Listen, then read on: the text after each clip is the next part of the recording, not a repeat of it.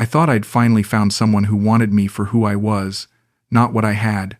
She looked me in the eye and promised me marriage. I believed her. I built my future around her. Then, one night, I learned the truth. She already had a husband and 2 children I never knew about. I wasn't her future. I was her escape plan. My name is Edwin, I'm 66, and this is how Phuket gave me love then broke me. The flight to Phuket felt like freedom. 37 years of teaching history, 23 years of marriage that ended in divorce papers and silence. My pension wasn't much, but it was enough to start over somewhere warm, somewhere I could breathe again. I stared out the airplane window at the turquoise water below and whispered to myself, "This is it, Edwin. Your second chance." The heat hit me like a wall when I stepped off the plane, but I didn't mind. Oregon's rain had followed me for too long. This was sunshine. This was possibility. I wasn't planning on telling this story tonight, but earlier this week, I opened my inbox and found an email from a longtime viewer of this channel. He wrote that he'd been listening for months, never missing a video, always quietly taking it in. And now, finally, he wanted to share his own story. Reading his words, I felt so many things at once. First, a jolt of recognition, the kind that makes your chest tighten, because you realize another man has been walking down the same dark road you thought only you knew. Then came sorrow, not just for him, but for the version of myself who once believed love was unbreakable. And finally, a kind of heavy gratitude because his courage to open up reminded me why I sit here, late at night, speaking into this camera. So to him, I say thank you. And to you, watching right now, thank you as well. Please, leave me a comment below and tell me where in the world you're tuning in from. I love seeing those messages come in from every corner of the globe. And if you've been with me for a while, if you've stayed through story after story, this is my super thank you moment. You're the reason I can keep doing this. Please like this video, subscribe if you haven't yet, and join the conversation. Because tonight, I need to take you back to the moment it all began. Let me take you back to where it all started. My hotel room overlooking Patong Beach felt like a palace compared to my studio apartment back home. I had 3 months planned, maybe longer if things felt right. The first week, I did what every tourist does: ate pad thai, bought elephant pants, got sunburned on the beach. But by day 8, I was restless, lonely. I needed to talk to someone who wasn't trying to sell me something. That's when I saw the snorkeling tour advertisement. Full day, small group, English-speaking guide. I signed up immediately. Her name was Lana. She stood at the pier holding a clipboard, wearing a blue tour company shirt and a smile that made me forget my age. Mid-30s maybe, with kind eyes and English that flowed like she'd been speaking it her whole life. "You must be Edwin," she said, checking my name off her list. "Welcome to paradise." I laughed, actually laughed for the first time in months. Paradise sounds good to me. She looked at me longer than she needed to, then said something that stopped my heart. "You look like good man, not just tourist." The way she said it, like she could see through the loneliness I carried, made me believe maybe I wasn't invisible after all. The boat ride to the islands was perfect. Lana sat next to me, pointing out landmarks, asking about America, about my life. When I told her I was a retired teacher, she lit up. "Teacher, very important. You make future for children." She spoke about her work, how she loved showing people the beauty of Thailand, but wanted more. "I want good life. Not just survive." Something in her voice made me want to protect her, to be part of that better life she dreamed of. We snorkeled together at Phi Phi Island, and when a current pulled me away from the group, she swam after me. "I take care of you," she said, floating beside me in the crystal water. "You safe with me." I believed her completely. That night, back at my hotel, I couldn't stop thinking about her. Not just her beauty, though she was beautiful, but her warmth, the way she listened when I talked, the way she made me feel like I mattered. I hadn't felt that way in years, maybe decades. The next morning I signed up for another tour she was guiding. When she saw me at the pier, her smile was different. Knowing, "Edwin back for more paradise?" I nodded, feeling foolish and hopeful at the same time. Guess I found something worth staying for. Over the next 2 weeks, I joined every tour she ran. Temple visits, elephant sanctuaries, cooking classes. She started saving me a seat on the bus, sharing her lunch with me, teaching me basic Thai phrases. Cobb kun crap. I'd practice. Thank you. My pen rai. She'd respond. No problem. But it wasn't just the tours anymore. She started texting me after work. Simple messages at first. How your day? You eat dinner? Then longer conversations about our lives, our dreams. I told her about my divorce, how my ex-wife said I was boring, predictable. Lana's response made me fall for her. She not see real you. You kind man. You have good heart. Some woman very lucky to have you. 3 weeks in, she invited me to dinner at a local restaurant away from the tourist areas. She wore a simple dress, her hair down, and I felt like the luckiest man alive. We talked for hours about everything and nothing. She told me about growing up poor, how education was difficult for her family, how she dreamed of running her own tour company someday. I want partner in life, she said, looking directly at me. Someone who understand me. Not just want me for body or for Thai visa. I reached across the table and took her hand. I understand you, Lana. More than you know. That night, she didn't go home. We sat on my hotel balcony until dawn, talking about the future, about possibilities. She fit perfectly against my chest, her head on my shoulder, and I thought this is what happiness feels like. This is what I've been missing. When I kissed her forehead and whispered, I think I'm falling in love with you, she looked up at me with tears in her eyes. I fall in love with you too, Edwin. I never meet man like you before. The next month passed like a dream. Lana started spending most nights at my hotel. She cooked for me real Thai food, not tourist versions, and taught me about her culture. She talked about marriage like it was inevitable. In Thai culture, woman take care of husband take care of wife. Together, we strong. I started imagining it, bringing her to Oregon, showing her my hometown, maybe buying a little house near the coast. She'd never have to guide tours again if she didn't want to. She could study, learn new things. I could take care of her the way she deserved. But sometimes, things felt off. She'd disappear for hours, phone turned off, returning with vague explanations about sick relatives or family obligations. Thai family very close, she'd say when I asked. Always someone need help. I wanted to understand, to be supportive. But part of me wondered why I could never meet this family she talked about so much. When I suggested visiting her home province, she always had reasons to delay. Not right time. Family very traditional. Need prepare them for farang boyfriend. One evening, while she was showering, her phone rang. I saw the name Mama and answered without thinking. A child's voice came through the speaker, speaking rapid Thai, then calling what sounded like Mama, Mama. I hung up quickly, my heart racing. When Lana came out of the bathroom, I asked casually, "Who was that on your phone?" She checked her missed calls, then shrugged. Wrong number. Maybe drunk person. But something in her eyes had changed. Something had closed off. That night, I lay awake listening to her breathe, trying to push away the doubt creeping into my chest. I was being paranoid, overthinking. This was real love, the kind I'd waited 66 years to find. I couldn't let fear destroy it. In the morning, she was back to her normal self, sweet, affectionate, planning our future together. Maybe we go America next year, she said, tracing circles on my chest. I want see snow. You teach me American life. I pushed my doubts deeper and held her closer. By month 2, our conversations had turned serious about marriage. She showed me pictures on her phone of traditional Thai wedding ceremonies, talked about the dowry her family would expect. Not so much, she assured me. Maybe 20,000 baht. To show respect. I did the math, about $600. Nothing compared to what I'd spent on the wedding that ended in divorce. Whatever makes your family happy, I told her. I want to do this right. She started talking about practical things too. Her current apartment was too small, she said. If we were going to be married, she needed a better place, somewhere I could stay when I wasn't at the hotel. Would I help her with the deposit? Of course, I said. We were building a life together.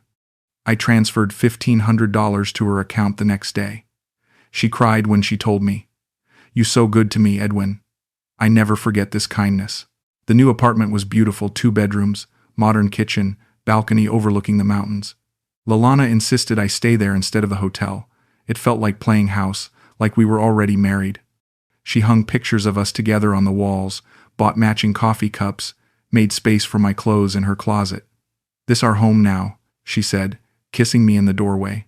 "Our beginning." But the disappearances continued. Whole afternoons where she'd be unreachable, returning with tired eyes and stories about helping her cousin move or visiting her grandmother in the hospital. When I offered to come with her, to help, she always declined. Thai family problems very complicated for Farang. Better I handle alone. I told myself I was being selfish, wanting all her time and attention. She had a life before me, responsibilities I didn't understand. 3 months into our relationship, everything changed.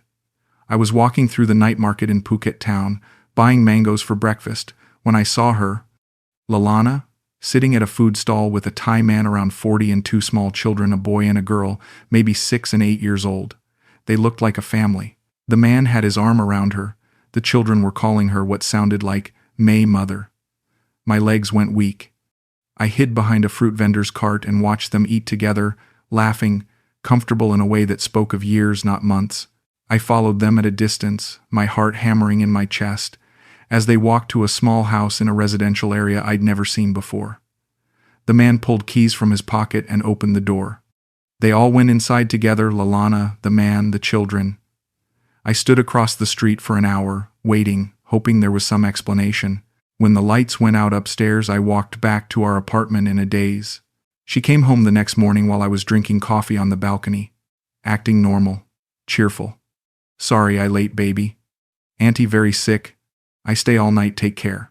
I stared at her, searching her face for tells, for guilt. She looked the same as always, beautiful, loving, concerned about my feelings. "You okay? You look tired." I almost confronted her then, almost demanded the truth. Instead, I heard myself saying, "Just worried about you. Next time call me." That week was torture. Every time she left the apartment, I wondered if she was going to them, her real family. Every kiss felt like a lie. Every time she said, "I love you," I wanted to scream. But I also wanted to believe. Needed to believe. Maybe I'd misunderstood what I saw. Maybe it really was just family, friends, cousins, people helping each other in ways Americans don't understand. The breaking point came a month later. I'd hired a local man, Somchai, to help me with visa paperwork, and he'd become something like a friend. Over beers one evening, he asked carefully, "Edwin, your girlfriend Lana, she work tours, yes?" I nodded. He hesitated, then said, "My friend, I must tell you something difficult. She married man in Isan province, have 2 children. I sorry, but I think you should know." The world tilted. Everything I thought I knew crumbled in an instant. "Are you sure?" My voice sounded strange, far away. Somchai nodded sadly. "Very sure. My cousin lives same village. Everyone know Lana. She come Phuket work, send money home to family." That night, I did something I'd never done before. I created a fake Facebook account and searched for Lana's profile. Under a slightly different name, I found it. Photos going back years, wedding pictures with the man from the night market, children's birthdays, family vacations. A whole life I knew nothing about. In every picture, she looked happy. Complete. Like the life we were building was just pretend. When she came home from visiting her sick cousin, I was sitting at the kitchen table with printouts of the photos spread in front of me. She saw them and froze in the doorway. For a long moment, neither of us spoke. Then she started crying. Real tears, not the manipulative kind. "Edwin, I can explain." "Explain what?" My voice was calmer than I felt. "Explain how you're married? Explain how you have children? Explain how everything you've told me is a lie?" She sat across from me, her hands shaking. "Yes, I married. Yes, I have children.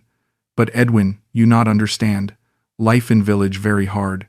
Husband good man but poor man. Cannot give children education. Cannot give future. When I meet you, I see chance for different life. So I'm what your escape plan." The words tasted bitter in my mouth. "No, not just escape. I love you, Edwin. Real love. Different love than husband, but real." She reached for my hands, but I pulled them away. "With you I see possibility. Maybe children come study America. Maybe we build something beautiful together. Built on lies, built on hope." She wiped her eyes, trying to compose herself. "I never want hurt you. I want help both families, my Thai family and our future family together. I stared at this woman I thought I knew, this woman I'd given my heart to, my savings to, my future to. Did you ever plan to tell me the truth? Maybe someday, when you love me too much to leave. Her honesty was like a knife. I know is wrong, Edwin. But I also know you lonely man, good man who wants someone love him. I can love you. I do love you. But you love them more. She didn't answer immediately, and that silence told me everything. They my blood, Edwin. But you my choice. I laughed, but there was no humor in it. Your choice when it's convenient. Your backup when your real life gets difficult. Please don't go. She was crying harder now. We can make work. I tell husband about you. We arrange something. Maybe I stay with you 6 months, with them 6 months. Listen to yourself. I stood up, suddenly exhausted. You want me to share you like a part-time girlfriend. You want me to be satisfied with half a life while you live a full one with someone else. I want everyone be happy. That's not how love works, Lana. That's not how marriage works. That's not how any of this works. She followed me to the bedroom as I started packing my clothes. Edwin, please. Think about this. We good together. We can be happy. I turned to face her one last time. Were you ever going to marry me? Really marry me? She looked at the floor. I don't know. Maybe. If things change with husband. If he died, you mean. If he left you. If your real life fell apart. I zipped my suitcase closed. I was never your future, Lana. I was your insurance policy. The next morning, I moved back to a hotel near the airport. I didn't answer her calls or texts. I spent 3 days sitting on the beach, trying to understand how I'd been so stupid. Every red flag I'd ignored played back in my head like a cruel movie. The disappearances. The vague answers about family. The child's voice on the phone. The night market scene I'd convinced myself to forget. But the hardest truth wasn't that she'd lied to me. It was that I'd wanted to be lied to. I was so desperate for love, for companionship, for someone to see value in my ordinary life, that I'd ignored every warning sign. I'd built our entire relationship on hope and denial, and when reality finally forced itself in, I had nothing left but shame. On my last night in Phuket, Lana appeared at my hotel bar. She looked smaller somehow, deflated. I come say goodbye, she said, sitting beside me without permission. I sorry, Edwin.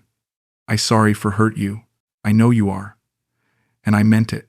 Looking at her now, I could see she wasn't evil, just desperate, just trying to survive in a world that gave her limited options. But sorry doesn't fix this. What you do now, go home. Try to remember who I was before I met you. You good man, Edwin. You find someone deserve you. Maybe. Or maybe I'm too old to start over again. I finished my beer and stood to leave. Take care of your children, Lana. They need you more than I ever did. The flight back to Oregon felt different than the one that brought me to Thailand. Longer, heavier. I stared out the window at the same turquoise water, but now it looked cold instead of inviting. My 3 months in paradise had cost me nearly $10,000 and whatever was left of my faith in love after 60. But sitting there, 30,000 feet above the Pacific, I realized something important. I'd survived. My heart was broken, but I was still breathing, still alive. Now, 6 months later, I'm back in my studio apartment in Oregon. The rain doesn't bother me as much as it used to. I've rejoined the local community college as a part-time instructor. I volunteer at the library. I'm learning to be enough for myself, which is something I should have figured out years ago. Sometimes I wonder about Lana, about her children, about whether she found another lonely foreigner to save her from her real life. But mostly, I try not to think about her at all. I'm telling this story not for sympathy, but as a warning. Love after 60 is possible, but desperation makes you stupid. Loneliness makes you blind. If you're my age, and thinking about finding romance overseas, be smart about it. Ask the hard questions. Trust your instincts. And remember that if something seems too good to be true, it probably is. Even in paradise. Especially in paradise. My name is Edwin Clark. I'm 66 years old. I fell in love in Phuket, and I got my heart broken. But I survived. And tomorrow, I'm going to try again to build a life worth living. Just me this time. That'll have to be enough.